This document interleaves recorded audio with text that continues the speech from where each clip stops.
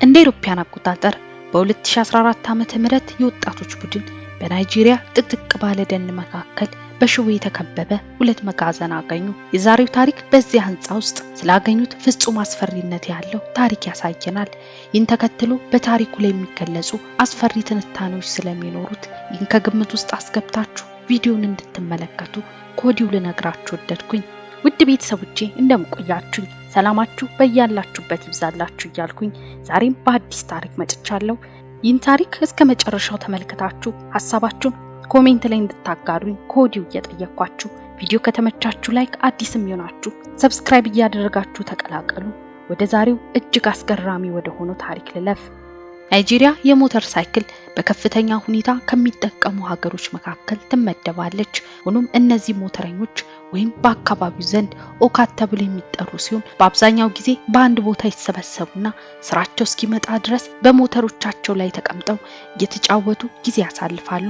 አብዛኞቹ ወጣቶች ስለነበሩ እርስ በርሳቸው ይተዋወቃሉ። በ2014 መጀመሪያ ላይ ከነዚህ ኦካድ ውስጥ ሁለቱ ሲጠፉ ማህበረሰቡ ወዲያውኑ አንዳች ነገር እንደሚኖር ተገነዘበ እና በጣም አሳስቧቸው ፖሊስ ዘንድ ቀረቡ። ሪፖርት አደረጉ። ግን ምንም አይነት እንቅስቃሴ ሳይደረግ ሲቀር እነዚህን ሁለት ሰዎች ለማግኘት የኦካድ ማህበረሰብ የራሳቸውን ፍለጋ ለማድረግ ወሰኑ። በመጀመሪያ በከተማይቱ ውስጥ በየጎዳናዎች እየተንቀሳቀሱ የጎደሉት አባሎቻቸውን መፈተሽ ጀመሩ። ነገር ግን ከፍተኛ ጥረት ቢያደርጉም ሊያገኟቸው አልቻሉ። ከዚያም በዚያው ዓመት መጋቢት 22 ቀን ሶስተኛው ሞተረኛ ወይም ኦካድ ጠፋ።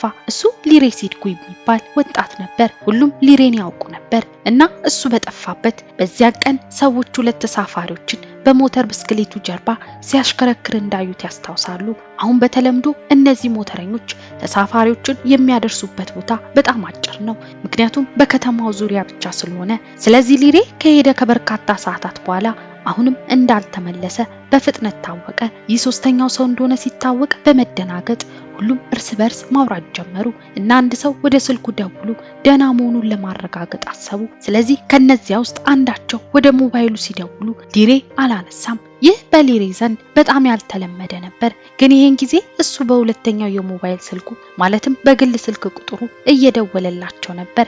ሊሬ የስራና የግል ስልኩ የተለያየ ነበር። ስለዚህ በግል ስልኩ ለነሱ በግል ስልካቸው እየደወለላቸው ነበር። ይሄን ጊዜ የተደወለለት ልጅ ስልኩን ሲመልስ ሊሬ መሆኑን ሲያውቅ ሁሉም እንዲሰማው ስልኩን ድምጽ ማጉያው ላይ አስቀመጠ እና የሰሙት ነገር ሊሬ እርዳታ እንደሚያስፈልገውና ከስልክ ውስጥም ኃይለኛ ጮት ይሰማ ነበር።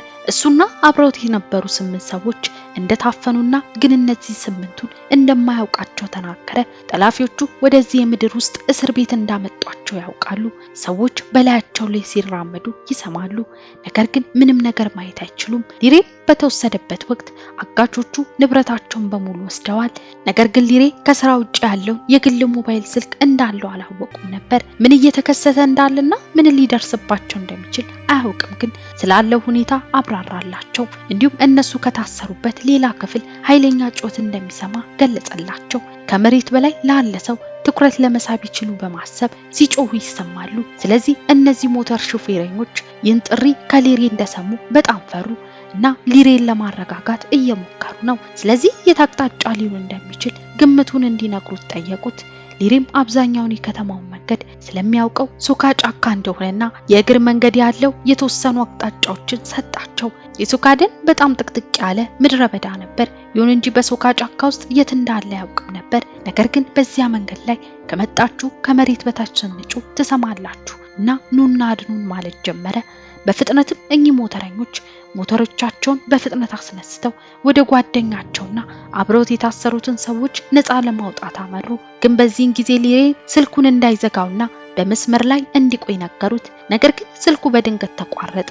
ከዚያም መልሰው ሲደውሉለት ስልኩ ጠፍቶ ነበር። ወደ 40 የሚጠጉ ኦካድ ከነበሩበት ቦታ አንድ ላይ ተነስተው የከተማይቱን ጎዳናዎች በፍጥነት እየነዱ ከከተማ ውጭ የሚያወጣቸውን ይህን ትልቅ ሃይዌይ ይዘው ወደ ሶካ ጫካ እንዲወስዳቸው በዚህ ሌላ መንገድ ሄዱ። ከዚያም የሶካ ጫካ ደረሱና በግራ በኩል ሁሉም የሚፈልጉትን የእግረኛ መንገድ መጀመሪያ ምልክት አድርገውታል። እንዲሁም በተጨማሪ ሊሬ ምልክት የሰጣቸውን ሁለቱን የተቃጠሉ መኪኖችን መፈለግ ጀመሩ። እነዚህን የተቃጠሉ መኪኖችን በትክክል እንዳገኙ እርግጠኛ ሆነው ሁሉንም ሞተር ብስክሌቶቻቸውን በመንገዱ ዳር ላይ አቆሙና የእግር መንገዱንም ይህ እንደሆነ ተገንዝበው ወደዚያ አመሩ። እንግዲህ አስተውሉ፣ እነዚህ ሞተረኞችም ምንም አይነት ትጥቅ አልያዙም። ጓደኛቸው ብቻ የነገራቸው ምልክት ተከትለው እሱንና ሌሎቹን ነፃ ሊያወጧቸው ብቻ ነው የመጡት። ይህ ሶካ ጫካ በዛፎች ጥቅጥቅ ያለ ስለሆነ መተላለፊያ መንገዶቹ በጣም ጠባብ ናቸው። ስለሆነም ሁሉም አንድ መስመር መጓዝ ጀመሩ እና እነዚህ ሰዎች በመሰረቱ ወደ ጫካው ሲዘምቱ ምንም አይነት ድምጽ አይሰማቸውም። ምክንያቱም እንደገና የጓደኛቸውና ሌሎች ከመሬት በታች የተወሰዱትን ሌሎች ሰዎች ድምጽ ለመስማት እየሞከሩ ነው። እናም በድንገት ፊት ለፊት ያለው ሰው ድምጽ የሰማ መስሎት በዚህ ጫካ ውስጥ በዝምታ እየተዘዋወሩ ነው። ከዚያም ይህ ድምጽ እንደሰማ እርግጠኛ የሆነው ሰው እርምጃቸውን ለማስቆም እጁን ወደ ላይ ዘረጋና ሁሉም ቆሙና ለመስማት እየሞከሩ ነው። ታዲያ በድንገት 50 ጫማ ያህል ርቀት ቀድሟቸው ዛፎቹ መሃል የማያውቁት ሰው በድንገት ከአንድ ዛፍ ጀርባ ዘሎ ወጥቶ ጮህባቸው። ሽጉጡን አንስቶ ወደ አቅጣጫቸው መተኮስ ጀመረ። አርባዎቹም የሞት ሞታቸውን እየሮጡ ወደዚያ ዞረው ወደ መንገዱ ተመለሱና ሞተር ብስክሌቶቻቸውን ወደሚያዞሩበት መንገድ ተመልሰው በፍጥነት ወደ ከተማ ወጡ። በመጨረሻ ወደ መሰብሰቢያ ቦታቸው ተመልሰው ትንሽ ድንጋጤያቸውን ካረጋጉ በኋላ አንድ ነገር አቀዱ። አሁን ታፍነው እንደሆነ በማሰብ ምናልባትም ጓደኛቸውንና ሌላውን ለማዳን የበለጠ እድል እንደሚኖራቸው ተገንዝበዋል። እነሱ ራሳቸውና ሌሎች 60 ሞተረኞችን ሰብስበው ከመቶ በላይ የሆኑ ወንዶች ሁሉም ሞተሮቻቸውን አስነስተው ወደዚያ ቦታ ተመለሱ። ከዚያም ወደ ጫካው የሚወስደው የእግር መንገድ ሲደርሱ ሞተር ብስክሌቶቻቸውን በመንገዱ ዳር አስቀመጡ። በዚህ ጊዜ በዚያ መንገድ መሄድ ሲጀምሩ ሽጉጥ፣ ቢላዋ፣ ቤዝቦል እንዲሁም ሁሉም አይነት መሳሪያ ነበራቸው እና ዝም ለማለት አልሞከሩም። ታጣቂዎቹን ለማስደንገጥ እንደነዚህ አይነት ከፍተኛ የጦር ዘመቻ አይነት ጩኸት ይጮሁ ጀመር። ስለዚህ በጫካ ውስጥ ያሉ ሌሎች ታጣቂዎች ብዙ የተናደዱ ሰዎች ወደ ጫካው ለውጊያ እየገቡ እንደነበር ይገነዘባሉ እና በማንኛውም ሰዓት እንዳለፈው ጊዜ በጥይት እንደሚመቱ እያሰቡ የሚጓዙት ሞተረኞቹ ምንም አይነት የጥይት ድምፅ ሳያጋጥማቸው ከጫካው ወጥተው ወደዚህ ትልቅ ክፍት ቦታ ገቡ እና ከዚያ ቦታ ወንዝ ነበር። ግን ይህ ወንዝ ትልቅ ስለሆነ ለመሻገር በጣም አስቸጋሪ ነበር። ነገር ግን በዚህ ወንዝ ላይ የሚያልፍ እንደዚህ አይነት የፈረሰ የድሮ የድንጋይ ድልድይ እንዳለ ማየት ቻሉና ተሻገሩ። ከዚያም ከወንዱ ማዶ ካለው ድልድይ በኩል ሁለት የተበላሹ ህንጻዎች ይታያሉ። አሁን ሁሉም ከዚህ የተበላሸ ህንጻ 100 ጫማ ርቀት ላይ ናቸው። ታዲያ በዚህ ህንጻ ውስጥ ማንም ሰው ስለመኖሩ ማወቅ አይችሉም። ግን ከሁለቱ አንደኛው ህንጻ በጣም ትልቅ ነበር። ይህ ትልቅ የተበላሸ መጋዘን ነበር። ትልቅ ረጅም የሲሚንቶ ግድግዳዎች ያሉት ነው። እነዚህ ሰዎች እርግጠኞች ናቸው ሊሬና 8ቱ ሰዎች እዚህ ውስጥ ሊኖሩ እንደሚችሉ። ስለዚህ ሁሉም በቀጥታ ወደዚያ አመሩ። ወደዚያ የመጀመሪያ ህንጻ ሄዱና በሩን ከፈቱት። በውስጡ ማንም የለም። ነገር ግን የህንጻው ውስጡ በመቶዎች በሚቆጠሩ ልብሶችና ጫማዎች የተሞላ ነው። ይህንን ካዩ በኋላ ግራ ተጋብተው ከጥቁር ህንጻው ተንቀሳቅሰው ወደዚህ ትልቅ መጋዘን ፊት ለፊት ወደ አጥር አመሩ። አጥሩ ጋር በደረሱ ጊዜ ራሳቸውን ለማሳየት እዚያ ውስጥ ላለ ማንኛውም ሰው ወደ መጋዘን ውስጥ መጮህ ጀመሩ። ግን መልስ የለም፣ ዝም ያለ ነው። ከዚያም ወደ አጥር መስመሩ አልፈው ገቡ። በኋላ ወደ ውስጥ መግቢያ ለማግኘት በዚህ ግዙፍ መጋዘን ዙሪያ መሄድ ጀመሩ። ዙሪያውን እያዩም ሳለ በዚህ መጋዘን ውስጥ ያሉት መስኮቶች በጣም ከፍ ስላሉ በውስጡ ያለውን ነገር ማየት አይችሉም። ጸጥታ ያለው ነው፣ እንዲሁም ደስ የማይል ሽታ ነበረው። ነገር ግን ምን ማድረግ እንዳለባቸው በትክክል አያውቁም። ግን በመጋዘኑ ዙሪያ ይዞራሉ መግቢያ እስኪያገኙ ድረስ። በመጨረሻው በመጋዘኑ ግድግዳ ላይ ባለው ክፍተት ላይ የተደገፈ ብረት ሲመለከቱ ከነሱ ውስጥ አንዱ ይህን ብረት ያዘና በደንብ ከፋው። ይህን እንዳደረገ ሌሎች ጥቂት ዕቃዎች በፍጥነት ከመግቢያ በኩል ወደ መጋዘን ውስጥ ገቡ። ታጣቂዎች ወይም ሌላ በውስጡ እነሱን ሊጎዳ የሚችል ሰው ካለ ለመዋጋት ራሳቸውን አዘጋጁ። ነገር ግን በዚህ መጋዘን ውስጥ ያለውን ነገር እንዳዩ ወዲያው መሳሪያቸውን አወረዱና ዝም ብለው በአሰቃቂ ሁኔታ አፍጥጠው ቆሙ። በአንጻራዊነት ይህ መጋዘን ባለበት ጫካ ውስጥ ይኖሩ የነበሩ የአካባቢው ነዋሪዎች እንደተናገሩት ወደ መጋዘኑ ለመድረስ ወደዚህ የተለየ ቦታ የሚወስድበት ሌላ መንገድ እንዳለ ተናግረዋል። ግን ሌላኛው በጣም አስቸጋሪ መንገድ ነበር። አሁን የአካባቢው ነዋሪዎች ይህንን መንገድ ከየት እንደመጣ እንኳን እንደማያውቁ ተናግረዋል። ነገር ግን ላለፉት 10 ዓመታትና ከዚያ በላይ አንድ ባለ መኪና ወደ መጋዘኑ ለመድረስ በዚህ መንገድ ሁልጊዜ ሲጠቀም ማየታቸውን ተናግረዋል። ጥቁር ጂፕ መኪና የነበረው ሲሆን ሁልጊዜ በየሳምንቱ አብዛኛውን ከጠዋቱ 2 ሰዓት ላይ እንደሚታይ ተናግረዋል። ከዚያም ከምሽቱ 3 ተኩል አካባቢ እቺ ጥቁር ጂፕ መኪና ስትሄድ ይሰማሉ ወይም ያዩ ነበር። አሁን ይህን መኪና ማን እየነዳ እንዳለ ከአካባቢው ነዋሪዎች መካከል አንዳቸው አያውቁም። ሌላው ይህ ሰው ወደ መጋዘኑ አካባቢ ከደረሰ በኋላ ምን እያደረገ እንደሚሄድ አያውቁም ነበር። ነገር ግን ላለፉት 10 ዓመታት ይህ ሰው ከጠዋቱ 2 ሰዓት እስከ ማታ 3 ተኩል መጋዘን ውስጥ ባለበት ቁጥር ነዋሪው ሁልጊዜ ከዛው የጫፍ ክፍል መጋዘን የሚመጣውን ኃይለኛ ጮት ይሰማሉ። የአካባቢው ነዋሪዎችም ፍርሃት ፈጥሮባቸው ጉዳያቸውን ለፖሊስ ሲያቀርቡ ፖሊስ ምንም ሳያደርግ ቀርቶ በምትኩ ምንም አትጨነቁ እንዳላቸው ይናገራሉ። እናም በአካባቢው ነዋሪዎች ለዓመታት ይህ በጥቁር ጂፕ ውስጥ ያለው ሰውና ከዚህ መጋዘን የሚመጣው ጮት የህይወታቸው አንድ አካል መሆኑን ተቀብለው ነበር። ግን ያ መጋዘን ለህገወጥ ምርቶች የማከማቻ ቦታ መሆኑን ማንም አላወቀም። እነዚህ ሞተረኞች በመጋዘን ውስጥ ቆመው ከፊት ለፊታቸው ያለውን ነገር እየቃኙ ነው። በመጀመሪያ ያስተዋሉት ነገር መሃል ላይ ያለው ነው። በዚህ የሲሚንቶ ጠፍጣፋ ዙሪያ በቆሻሻ ወለል ላይ ያሉ አጥንቶች ስጋ የለበሱ ነበሩ። ከዚያ ከአጥንቶቹ ባሻገርና በዚህ ህንጻ ውስጠኛ ክፍል ዙሪያ ሲሚንቶ ላይ ከተመለከቱት ባሻገር እጅግ በጣም ምግብ እጥረት ያለባቸው ሰዎች በሰንሰለት ታስረው ነበር።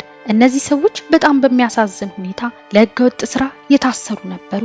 ይህም ማለት የአካል ክፍሎቻቸው የሚሸጡ ናቸው። በናይጄሪያ ውስጥ ብዙ ሰዎች አንዳንድ አስማታዊ መድኃኒቶችና ማራኪ ሀብትንና ስኬትን እንደሚሰጣቸውና በአንዳንድ ሁኔታዎች ማለቂያ የሌለው ህይወት እንደሚሰጣቸው ያምናሉ። ነገር ግን የተያዘው አስማታዊ የአምልኮ ስርዓቶች የሚፈጽሙት ብዙ ጊዜ የሰው አካል ክፍሎች ያስፈልጋቸዋል። እናም እነዚህን የመሰሉ የሰው አካል ክፍሎች የሚያገኙበት ፋብሪካ በሶካ ፎረስት ውስጥ የሚገኘው መጋዘን የተቋቋመው እነዚህን ክፍሎች ለሚፈልጉ ሰዎች ከፍተኛ ፍላጎት ለማሟላት ነው። ስለዚህ በሶካ ደን መጋዘን ውስጥ እንደሚሰራ የሚታመነው በጥቁር ጂፕ ውስጥ ያለው ሰው ነው። ልዩ የሰውነት ክፍሎችን ከሚፈልጉ ሰዎች ትዕዛዝ ይቀበል ነበር።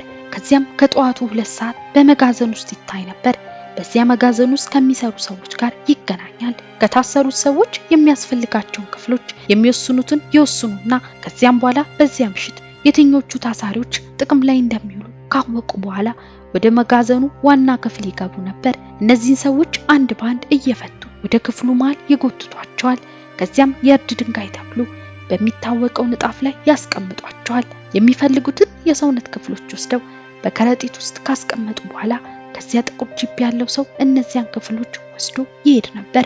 ታዲያ ምናልባት የአካሉ የተወሰደበት ሰው ከተረፈ ወይም በህይወት የመትረፍ እድል ካለው ወደ ግድግዳው ይመለሳል እና እንደገና በሰንሰለት ይታሰር ነበር። ጥሩ የመዳን እድል ካላገኘ ግን በኋለኛው ክፍል ውስጥ ወዳለው መጋዘን ጀርባ ይወሰዳል። በዚህ የመጋዘን የኋለኛው ክፍል ውስጥ የሰዎችን ጭንቅላት የሚቆርጥ ጊሎቲን አለ። እንዲሁም አንድ ትልቅ አዞ በካቴና ታስሮ ስለሚገኝ ለማስወገድ ከሁለት አንዱን ዘዴዎች ይጠቀማሉ።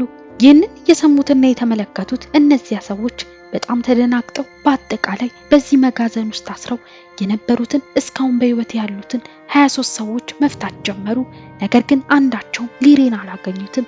ከዚያም በመጋዘን ውስጥ ያሉትን የሬሳና የአካል ክፍሎች በሙሉ ካረጋገጡ በኋላ ከዚያ ውጭ ብዙ ጥልቀት የሌላቸው የጅምላ መቃብሮች ባሉበት እንኳን ከመካከላቸው ሊሬን ማግኘት አልቻሉ። በመቀጠል ወደዚህ የመሬት ውስጥ እስር ቤት መግቢያ ለማግኘት በንብረቱ ላይ ሁሉም መፈለግ ጀመሩ። ግን አሁንም ሊያገኙት አልቻሉም። በመጨረሻም እነዚህ የተረፉት ሰዎች ተመልሰው በመጡበት ሄዱ። ከወጡ በኋላ የተረፉትን ጠየቁ። እዚህ አካባቢ ሌሎች ሰዎች ታስረው የነበሩበት የመሬት ውስጥ እስር ቤት ክፍሎች እንዳለ እንደሚያውቁ ጠየቋቸው። ነገር ግን የተረፉት ሰዎች አያውቁም ወይም መናገር አልቻሉም ይሆን ምንም መልስ አልሰጡም። እና ከዛ ቀን በኋላ ፖሊስ መጣ።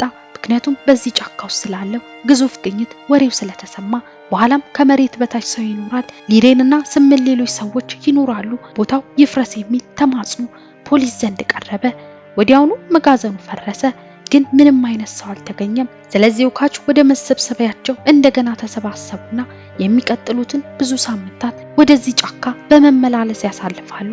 ከዚያም ጓደኛቸውንና ሌሎች የታሰሩትን ሰዎች ለማግኘት ተስፋ በማድረግ ይህን ንብረት በሙሉ በእጃቸው መቆፈር ጀመሩ።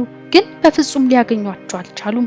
ምንም እንኳን በአጠቃላይ ታግተው ሊሆን ይችላል እና ምናልባት ተመሳሳይ ጣፈንታ አጋጥሟቸዋል ተብሎ የሚታሰብ ቢሆንም በሶካ የደን መጋዘን ውስጥ ምን ያህል ሰዎች እንደታረዱ አይታወቅም። ይሁን እንጂ በዚያ ጥቁር መጋዘን ውስጥ ያለውን ከፍተኛ መጠን ያለው ልብስና ጫማ ግምት ውስጥ በማስገባት በአጠቃላይ የተጎጂዎች ቁጥር በቀላሉ በመቶዎች የሚቆጠሩ ሲሆን በሶካ ጫካ ውስጥ ለተፈጸመው ግፍ ማንም በይፋ ተጠያቂ ሆኖ አልተገኘም። ከመጋዘን የተረፈች አንዲት ሴት ለጋዜጠኞች እንዴት እንደተያዘች ስትናገር የተማረች ጥሩ ቤተሰብ ያላት ነበረች።